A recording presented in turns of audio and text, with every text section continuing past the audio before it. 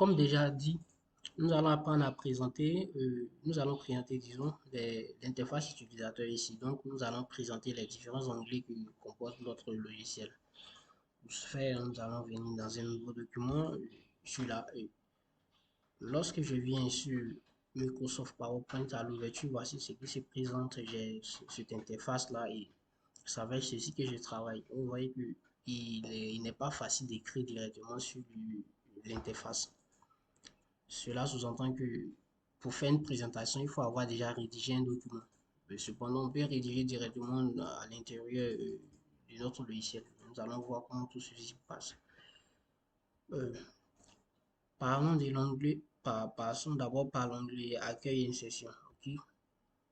Ici, voici l'onglet Accueil. Avec l'onglet Accueil, je peux euh, écrire. Bon, nous allons passer des groupes de commandes à groupes de commandes. Nous avons les différents groupes de commandes ici. Ceux-ci sont appelés groupes de commandes. Là, le groupe de commandes presse-papier ici nous permet de faire des copier-coller et de reproduire des mises en forme. Donc, je fais une petite pratique à supposer que j'ai déjà un test. J'ai un test ici. Ok. Ce groupe de commandes me permet simplement de copier et coller le test qui est là. Je veux copier le test, je viens là. On me dit quoi? Copier, soit je fais CTRL-C ou bien je copie. Je fais copier et je me mets quelque part là. Je viens ici. Je colle. Je peux cliquer directement sur coller ou bien je peux cliquer sur le menu déroulant qui est là. De sorte à venir dans collage spécial. Est-ce que je vais coller en format sous forme d'image ou encore bon, lui si c'est sous forme d'image, mais à quelle extension SVG, PNG, JPEG ou encore GIF. Donc c'est un peu ça. Mais si je souhaite coller tel que j'ai copié, je clique simplement sur coller. Automatiquement ça me colle ce que j'ai copié. Ou bien je peux faire, je me retourne, je réponds, je peux faire CTRL V. Comme de la manière je pourrais faire CTRL C pour copier. Donc ça c'est ce que fait celui-ci. Cependant, si j'ai copié plusieurs écritures ou encore si j'ai copié plusieurs éléments, j'ai la possibilité de venir sur cette icône-là pour venir vérifier tout ce que j'ai copié ici, de sorte à coller uniquement ce que je veux coller. Et au niveau des groupes de commandes diapositives, j'ai la possibilité de créer des nouvelles diapositives ici. Les diapositives ici, ce sont les différentes pages que nous créons, les pages sur lesquelles nous écrivons. Ce sont ces pages qui sont appelées diapositives. Donc, il y a plusieurs dispositions de diapositives. Cette diapositive a une disposition de sorte que rien n'est écrit, mais je vais vous faire apparaître d'autres. Voici les autres diapositives qui sont là. Il y a des diapositives qui peuvent faire apparaître en plus du titre du contenu. Il y a des diapositives, vous pouvez avoir le titre et du contenu, mais des contenus à séparer deux modules, à deux volets, disons. C'est-à-dire, vous pouvez avoir la possibilité d'écrire le titre. En plus du titre, vous écrivez un sous-titre et vous insérez des images. Donc, voici un peu tout ce qui concerne la distribution des diapositives. Donc, il suffit de cliquer simplement ici, vous avez accès à tous ces distributions de diapositives. Nous pouvons passer par ici directement pour avoir cette distribution. Si nous avons déjà créé, ici j'ai déjà créé ma diapositive, je veux changer la disposition, je peux venir ici. Ici, nous sommes sur la diapositive, la distribution vide. Ça veut dire qu'il n'y a rien bon, rien n'est à l'intérieur. C'est à moi de venir insérer des éléments. Alors que quand je prends celui-là, par exemple, la disposition est faite de sorte que je puisse écrire ici et insérer des objets ici. Ça, c'est lorsque moi j'ai déjà créé ma diapositive et je souhaite changer, comment on appelle ça, la disposition. Mais avec ce que je venais de vous présenter, je peux, lors de la création, choisir la catégorie et ou encore la disposition des diapositives que je veux. Maintenant, une fois créé, nous avons également la possibilité de faire clic droit, venir sur disposition pour changer la disposition de notre diapositive. Ok. Ici, je peux rétablir rétabli ma diapositive. Le volet session, si j'ai déjà créé mon document et ma présentation, au niveau de ma présentation, j'ai une introduction qui prend un certain nombre de diapositives et le contenu prend un certain nombre de diapositives et puis la conclusion également prend un certain nombre de diapositives, surtout au niveau de la présentation des thèses. Je prends le volet session pour organiser ma présentation. C'est-à-dire, je me mets ici simplement, je viens sur section, ajouter une section. Si j'ajoute une section, ici, je peux appeler par exemple présentation, je mets PR. Renommer, je renomme. Vous allez voir simplement que je peux, le menu déroulant se crée automatiquement ici. Du coup, je peux euh, dérouler ça pour juste avoir les différentes diapositives qui sont à l'intérieur de cette session. Ma session PR prend en compte ma diapo 1, ma diapo 1, 2 et 3. Donc, imaginons que j'avais plusieurs diapos, je pouvais mieux organiser. C'est comme ça, c'est comme ça qu'on l'utilise. Et le groupe de commandes, disons, police, le groupe de commandes police ici permet, c'est le volet Word, je veux dire, des PowerPoint. Ça permet de faire la mise en forme des différents caractères qui sont à l'intérieur ici. Et c'est une chose que nous allons voir plus tard, donc je préfère vous épargner de cela. Le volet paragraphe également consiste à faire une mise en forme des différents paragraphes disons, contenus dans notre document, dans notre présentation. Nous avons la possibilité d'insérer des puces ici. Vous voyez que quand je viens là, et comme j'ai déjà mis des puces, je peux changer la forme de ces puces. Ici, je peux apporter une numérotation. Au lieu des puces, je peux décider de numéroter euh, les éléments déjà énumérés. Et là, c'est pour faire un retrait, mais un retrait à gauche, ici, c'est un retrait à droite. Ça, c'est pour euh, paramétrer l'interligne, c'est-à-dire les écarts entre les lignes d'écriture. Ici, je peux disposer mon document à gauche à l'intérieur du format. Je peux disposer au centre, je peux disposer à droite et je peux justifier de sorte que ça occupe tout l'espace à l'intérieur du format. Là, je peux écrire ici c'est écrit sur une colonne. Je peux cependant écrire sur deux colonnes, sur trois colonnes et sur tout reste. Lorsque nous avons plusieurs énumérations à mettre sur notre présentation, on peut utiliser cette option. Et là, ça, c'est l'orientation de mes écritures. Je peux orienter. Ici, nous sommes à une orientation horizontale pour pivoter à 90 degrés, à 270, empiler. Il y a plusieurs options ici. Il suffit d'appuyer sur simplement autre option pour voir ces options-là. Quand je vais appuyer sur autre option, j'ai la possibilité de faire tout ce que je veux, de personnaliser à ma guise en fait. Donc, là, c'est pour aligner simplement les tests. Les tests sont alignés comme ici. Par rapport au format, je peux aligner en haut, en bas, ainsi de suite. Si je peux convertir cet ensemble de tests-là en Smart Ads, une chose que nous allons voir plus tard. Donc, je préfère vous épargner de cela. Là, c'est pour créer des formes. Pour créer des formes et lors de l'utilisation des Smart Ads, nous verrons comment utiliser ces formes-là pour créer des Smart Ads. Donc, on verra ça. Ici, c'est pour réorganiser. Si j'ai par exemple deux éléments que j'ai mis côte à côte ou encore j'ai mis l'un avant l'autre, je vais faire apparaître l'un au premier plan ou l'autre en arrière-plan. C'est à travers cet onglet, je veux dire, c'est cette commande organisée que je peux le faire. Donc, si vous voyez bien ici, ils ont appelé ce groupe de commandes la dessin. Ça veut dire ça permet d'apporter tout ce qui est comme euh, modification à nos outils de dessin que nous insérons dans notre présentation. Ici, nous pouvons, par le biais de cette option, remplacer des mots que nous avons intentionnellement écrits. Bon, nous avons écrit que nous souhaiterons remplacer, disons, ou encore ici, si j'ai un mot, par exemple, que j'ai recherché dans la présentation, je peux venir simplement ici à travers ce volet-là rechercher, ici, disons. rechercher le mot rechercher, par exemple, il recherche ici conception. Il écrit conception et j'appuie sur entrée, ça me recherche directement conception.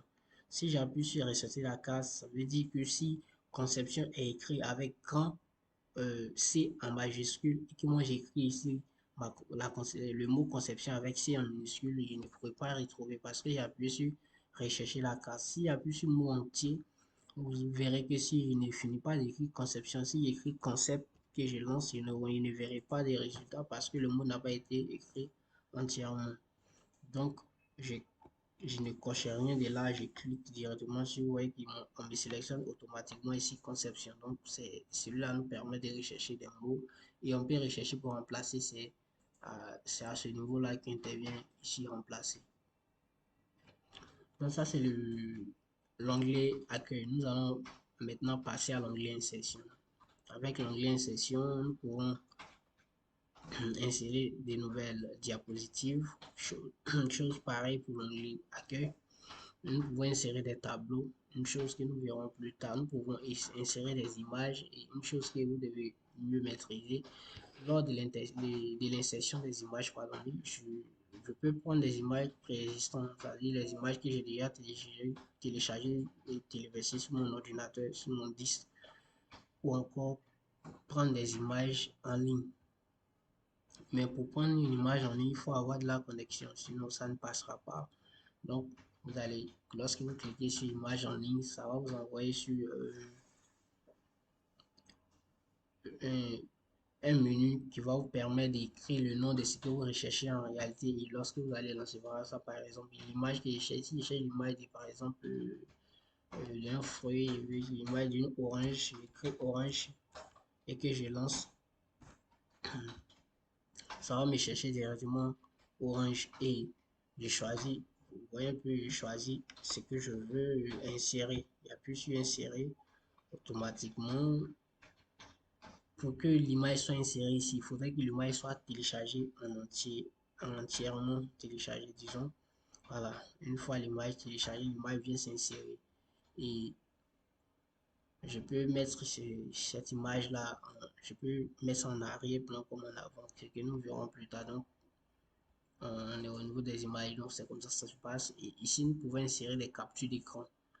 Nous pouvons insérer des captures d'écran ou encore pendant que nous sommes en train de rédiger, faire une capture et enregistrer automatiquement.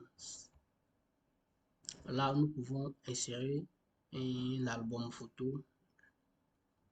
Et là, c'est pour insérer des formes. Une chose que nous avons vu dans l'onglet accueil. Je vous ai dit déjà que lors de la présentation ou encore de l'utilisation des Smart Art, nous verrons comment utiliser ces formes-là. Et ça, c'est pour les icônes. Je peux d'ici aller chercher des icônes. Si je vais par exemple mettre l'icône de position, l'icône d'appel, de WhatsApp, c'est ici que je peux venir rechercher. Et vous voyez, les symboles des animaux, ainsi de suite. Je peux même prendre, comme on appelle ça, des émoticônes, ainsi de suite. Là, modèle 3D, ici c'est juste pour faire des importations, insérer des éléments à un modèle 3D. Ici, les Smart Art, nous verrons plus tard. Là, c'est pour insérer du graphique, ça également, nous verrons plus tard. Ici, c'est pour zoomer.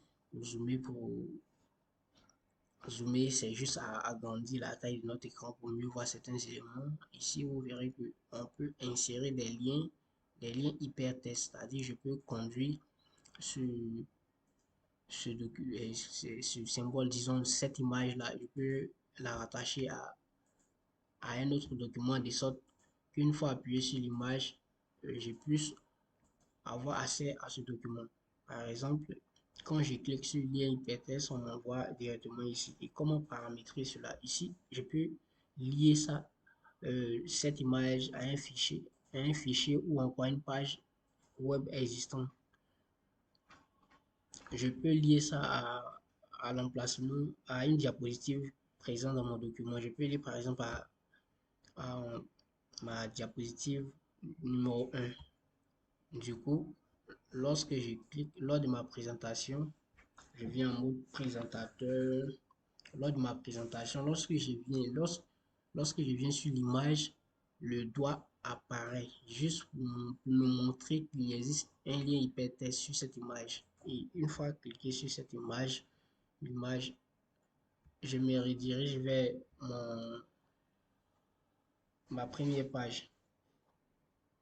Donc, c'est comme ça. Et comme je suis sur la première page, ça, ça n'apparaîtra pas. Ça me prend me rediriger quelque part d'autre. Donc, je réponds, je viens ici, lien hypertexte, emplacement diapositive 1, ok, ok. Je viens sur en mode présentateur, je clique simplement dessus. Vous voyez que ça m'envoie directement sur la première page. Ça, c'est pour le lien hypertexte. Commenter, je peux commenter certaines présentations, certaines diapositives, zone de test. Ici, si je viens, par exemple, j'ai une nouvelle diapositive qui a la disposition vide et que je vais écrire directement à l'intérieur. Je dois prendre forcément une zone de test. Et une fois que je prends la zone de test, je peux écrire directement à l'intérieur de cette zone de test. Donc, c'est avec cet outil-là qu'on écrit dans les zones de test lors des différentes présentations, lors des différentes rédactions sur PowerPoint.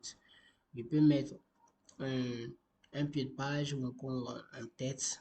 Je peux utiliser les word art. Les word art, si j'ai étudié par exemple, j'ai écrit ici Olivier, je vais appliquer du word art. C'est juste que je veux appliquer une certaine mise en forme à mes lettres, disons. Bon, j'écris Olivier. Vous voyez que la manière dont ça apparaît n'est pas pareil que celui-ci. Donc, c'est l'avantage des word art. Il y a des word art qui sont déjà présents. Cependant, vous pouvez personnaliser votre écriture de sorte à ressembler au word art. Ici, tu as juste inséré une date ou encore une heure. Ici, c'est pour numéroter notre diapositive. Et c'est une chose qui est importante parce que vous devez insérer, je veux dire, vous devez numéroter votre diapositive lors d'une présentation parce que ce sont les critères d'une bonne présentation pour que les gens puissent vous suivre. Ici, on peut ajouter des objets, on peut incorporer des objets, c'est-à-dire prendre des objets pour les relier directement à notre document. Les symboles, nous pouvons utiliser non seulement des équations pour notre présentation, mais aussi des symboles tels que arrobase, symbole de, je veux dire, ohm, alpha, bêta, gamma, tout ceci se trouve là. Donc, vous allez voir que si je viens là, que je viens sur symbole, je viens ici, j'ai la possibilité de choisir n'importe quel symbole. Et surtout, lorsque vous écrivez en majuscule et que les lettres ne sont pas accentuées, c'est à travers ce volet-là que vous pouvez les numéroter. Ici, par exemple, le I tréma n'existe pas de nature lorsqu'on met le clavier en majuscule. Mais nous pouvons venir ici directement insérer notre I tréma A avec 2 points également. Bon, le symbole de angstrom, ainsi de suite. Donc, ça peut nous servir largement. Avec le volet équation, nous pouvons simplement insérer des équations. Quand je viens sur le côté équation, vous voyez qu'il y a plusieurs catégories d'équations qui apparaissent, telles que les fractions, les notations radicales, c'est-à-dire où apparaissent les racines, les intégrales, et ainsi de suite. Donc, on utilise ce côté-là simplement pour insérer des équations. Si nous avons une matrice à insérer, c'est très intéressant d'utiliser ceci lorsque vous êtes surtout un mathématicien que vous voulez présenter, vous voulez faire une présentation. On peut insérer des documents, disons des vidéos, je veux dire, à l'intérieur d'une présentation, c'est-à-dire pour faire acte, pour présenter une preuve, pour montrer une preuve, disons. J'ai dit quelque chose, je vais vérifier. Et la meilleure manière de vérifier ça, c'est à travers une vidéo. Donc, je viens ici, j'insère la vidéo. Je saute, mais cependant, je dois insérer sous forme de lien hypertexte. Je mets la vidéo sur une page que je masque et je viens ici, j'insère sous forme de lien hypertexte. chose que nous allons voir plus tard. Et une fois je clique simplement dessus, de la manière que je l'ai fait pour l'image tout à l'heure, quand je clique dessus, ça m'envoie directement sur la vidéo de sorte à pouvoir lire la vidéo. On peut le faire pareillement pour les audios. Et on peut enregistrer l'écran lors de notre présentation. C'est à travers cet outil-là qu'on peut enregistrer notre écran lorsque nous sommes en mode présentateur.